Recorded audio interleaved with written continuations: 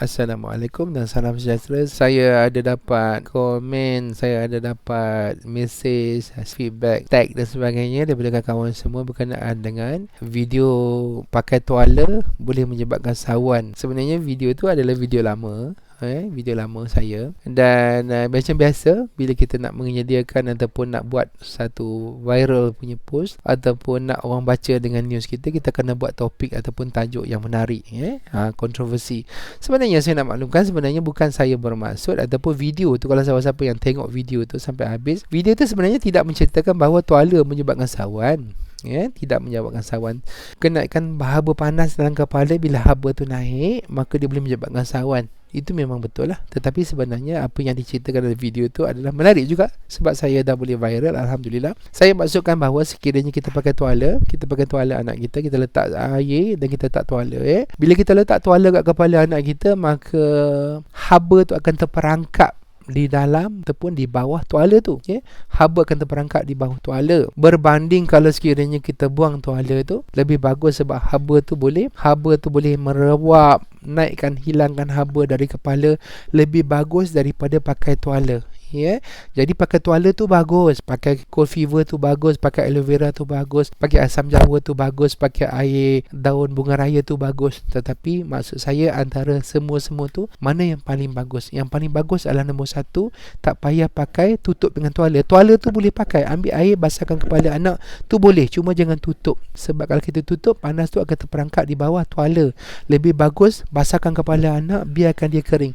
5 minit basahkan kepala anak, biarkan dia kering. Basahkan kepala, leher dengan ketiak. Lebih bagus daripada kita tutup dengan tuala. Lebih bagus daripada kita pakai cold fever. Sebab cold fever cover depan sahaja. Jarang orang pakai cold fever letak sampai satu badan. Kalau nak beli cold fever letak satu badan tu banyak tu, tak larat nak beli, banyak sangat, mahal tu.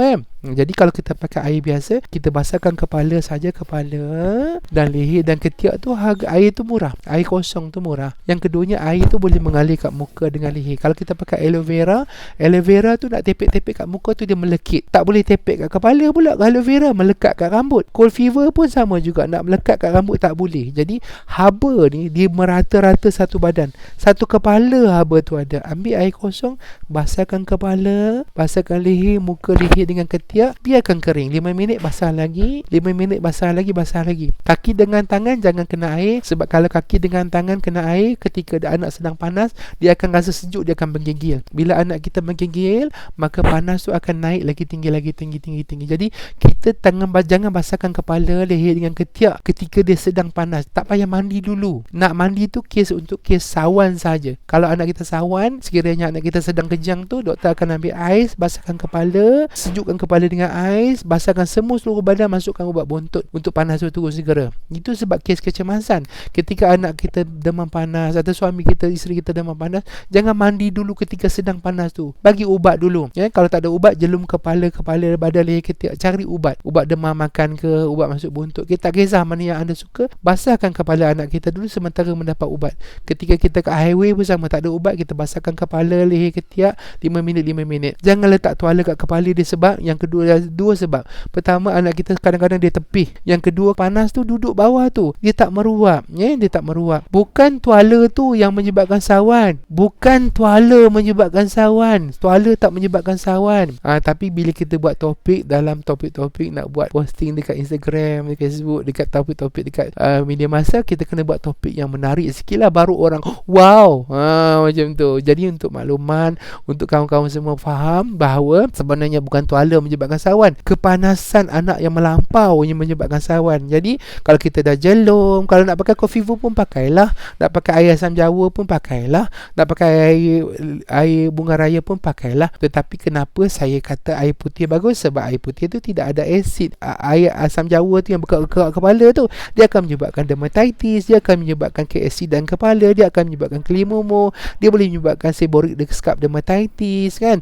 Kita tepek-tepek dengan asam jawa tu, nanti nanti asam jawa tu akan melekat kat kepala, rambut dan sebagainya. Walaupun air asam jawa tu lebih sejuk daripada air biasa, tetapi dia ada asid, dia ada asam, dia ada bau biji asam. Lebih baik kita bagi kosong, tidak ada chemical, tidak ada bahan-bahan yang berasid, tidak ada benda yang melekit, dan dia boleh kering dan dia hilang, tak ada kesan samping. Bersih, cepat dan efektif berbanding yang lain. Aloe vera pun sama juga. Kenapa kita nak aloe vera kan? Aloe vera tu kita guna untuk lain sebab aloe vera tu melekit. Anak-anak tak suka. Kadang-kadang ada kesan alergik, ada kesan yang melekit dan sebagainya, dermatitis, kemerahan, jangkitan kuman.